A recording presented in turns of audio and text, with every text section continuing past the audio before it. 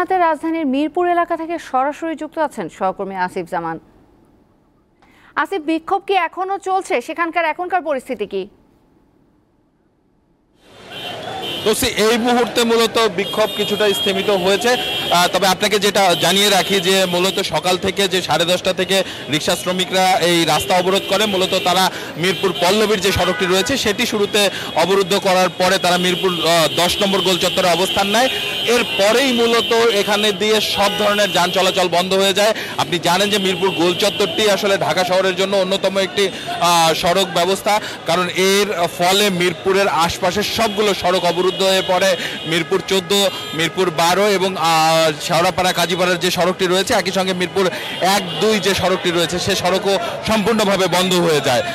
তৎক্ষণাৎভাবে police এসে এখানে অবস্থান নিলেও মূলত শ্রমিকদের সঙ্গে তারা কোনো ধরনের দ্বন্দ্বে জড়ায়নি।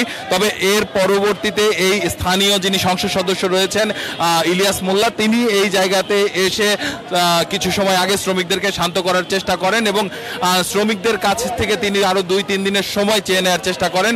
পরবর্তীতে তার উপস্থিতিতেই আসলে গাড়ি চলাচল শুরু করার নির্দেশ তিনি দিলে পারে। সে সময় শ্রমিকরা আরও বিক্ষুব্ধ হয়ে ওঠে এবং সেই মুহূর্তে পুলিশ মূলত শ্রমিকদেরকে ধাওয়া করলে শ্রমিকরা পাল্টা ইট পাটকেল নিক্ষেপ শুরু করে এবং এই সময় বেশ কিছু গাড়ি ভাঙচুরের ঘটনা ঘটে। আপনি দেখতে পাচ্ছেন যে মিরপুরের এই সড়কটিতে বিভিন্ন জায়গায় ইটের টুকরো পড়ে আছে, লাঠি সোটার খণ্ড বিশেষও পড়ে আছে এবং একই সঙ্গে বিভিন্ন গাড়ির কাঁচ ভাঙার অংশও কিন্তু পড়ে রয়েছে।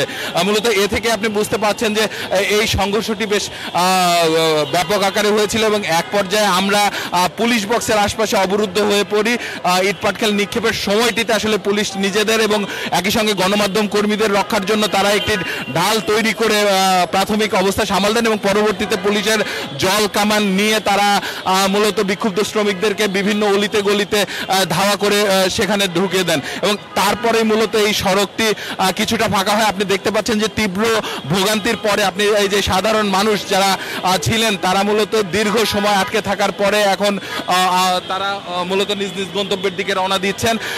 এছাড়াও এই আশপাশের যত স্কুল কলেজের শিক্ষার্থী রয়েছে আমরা তাদেরকেও দেখেছি চরম ভোগান্তিতে পড়তে এবং সেই ভোগান্তি এবং এক পর্যায়ে সে এখানে সংঘর্ষ শুরু হলে আতঙ্ক মূলত তাদেরকে গ্রাস করে ফেলে এবং সে সময় দিক বিদিক সাধারণ মানুষও ছুটোছুটি শুরু করে দেয়।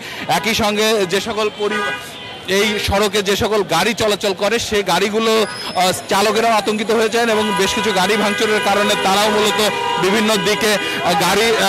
বিভিন্ন দিকে নিয়ে ছুটোছুটি শুরু করেন। তবে পরবর্তীতে কিন্তু সরকার দলীয় যারা সমর্থক রয়েছেন এবং বিশেষ করে ইলিয়াস মোল্লার যারা অনুসারী রয়েছেন তারা এসে পুলিশের সঙ্গে যোগ দিয়ে এখান থেকে রিক্সা শ্রমিকদেরকে ধাওয়া করে সরিয়ে নেওয়ার পরে এই সড়কটি আপাতত যান চলাচল শুরু হয়েছে। তবে শ্রমিকরা এখন বিক্ষুব্ধ অবস্থায় বিভিন্ন জায়গাতে চলে যাওয়ার কারণে তারাও বিচ্ছিন্ন হয়ে গেছে এবং যে কারণে এই মুহূর্তে আসলে সংঘর্ষ আর চলছে না। সহকর্মী আসিফ জামান মিরপুর থেকে জানাচ্ছিলেন ব্যাটারি চালিত রিক্সা চালকদের আন্দোলনের খবর।